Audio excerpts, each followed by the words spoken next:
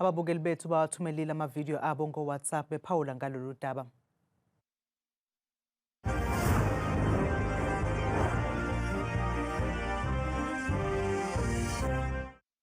Ibuhlungu yona lento ukuthi ingane ingadli esikoleni because kuney'ngane uthotha emakhaya isimo sakhona siyabheda igcina zithola ukudla esikoleni mayingakutholi kunzima kakhulu.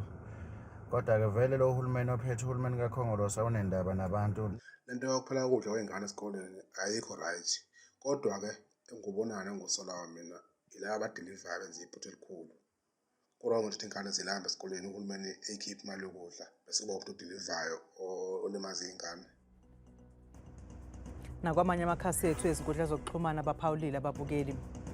uLu Lindovikazi uthi sebelwa ngezingane zethu manje befaka nepolitiki ezikoleni ayilungile lento eyenzakayo.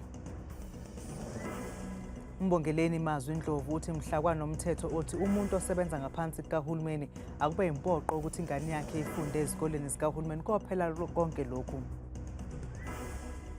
uThami Thanda Samu uthi ayibo kwazi kwabuhlungu bakithi isono ngey'ngane ngoba sezijwayele ukuthi ziyadla esikoleni abasize iy'ngane ngokushesha msasi ziyalamba ziyogcina ziganga. Mbukeli phawula ngesihloko sethu sosuku ngokuthumela umbono wakho wevideo ngo-WhatsApp ku-071 670 2548.